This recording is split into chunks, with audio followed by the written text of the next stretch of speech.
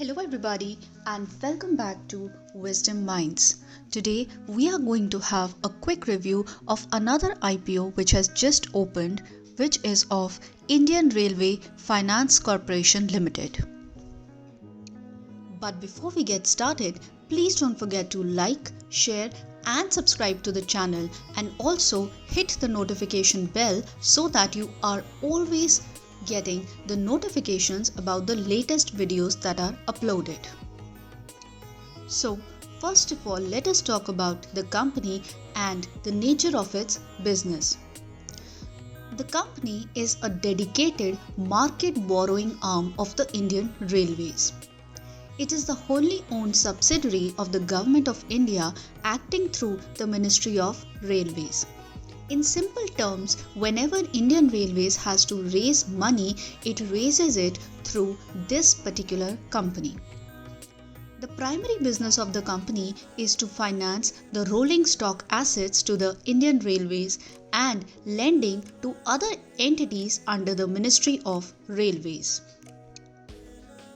If you are wondering what rolling stock assets is, then it includes both powered and unpowered vehicles, for example locomotives, coaches, wagons, trucks, flats, electrical multiple units, etc.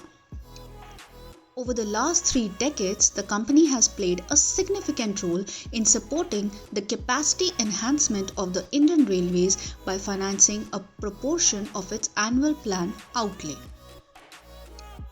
Now also, let us look at the objects of this particular issue. The main object of this issue is to propel future growth. As per the Union Budget of 2021, there is a proposed capital expenditure of 1,610 billion rupees for the Railways Ministry. For fiscal 2021, the Ministry of Railways, through its letter dated April 10, 2020, indicated its intention to borrow 580 billion rupees from IRFC. And subsequently, the Ministry, through its letter dated 7th January 2021, has revised the set target for the amount to be borrowed from IRFC to 625.67 billion. That means the company is definitely looking at some major growth in the coming years.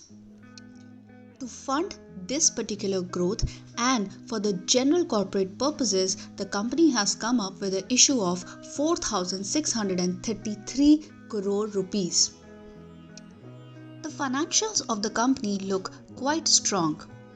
If we look at the net profit has been showing a constant growth from FY 2018 to FY 2020 of around 30%. In terms of return on net worth also, it is around 12%, and this has been maintained from 2018 till date. Now, looking at the earning per share, it is around 3 to 3.40 in the last 3 years. The issue seems to be fairly priced if you look at the NAV of the share currently. If we annualize the FY21 first half earnings and attribute it on the fully diluted equity post IPO, then asking price is at a PE of around 9. Thus, the price of the issue is quite attractive in this case. Another important point to look here is that the company is registered as a NBFC with the RBI. For any NBFC, the credit rating holds the utmost importance, and it is very important to note that the company enjoys highest credit rating for an Indian issuer from ICRA, CRISIL as well as CARE. The company has been accorded ratings of AAA by CRISIL, ICRA AAA by ICRA and AAA by CARE as well.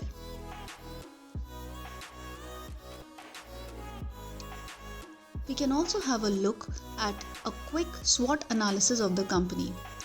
The strengths of the company lies in the fact that it has low credit risk, as the company is promoted by the President of India through the Ministry of Railways. As we have already seen, the company definitely has strong fundamentals and a very strong asset liability management. Also, as I have highlighted just now, the company enjoys highest credit rating as well. Another important point to note is that currently the company has no other listed competitors. Thus, it is the first in the industry to get listed. If we talk about the weakness of the company, the one and only weakness here could be the expansion is limited due to the lack of diversification in short term. The margins could not be very high in the short term, however, it definitely has some good prospects in the long term. Looking at the opportunities, we can already see that there is a highest ever allocation of capital expenditure for Indian Railways in the Union Budget of 2020 and the strategic role of Indian Railways in financing growth. With these opportunities, IRFC is bound to have a good long-term return. The issue seems to be attractively priced for long-term perspective. Looking at the issue details now, the price band of this issue is 25 rupees at the lower end and 26 rupees at the higher end. The lot size is 575 shares, which means that the maximum investment that you can make here is of 14,950 in one lot. The issue opens on 18th January. If you found this video to be helpful, don't forget to like, share and subscribe to my channel.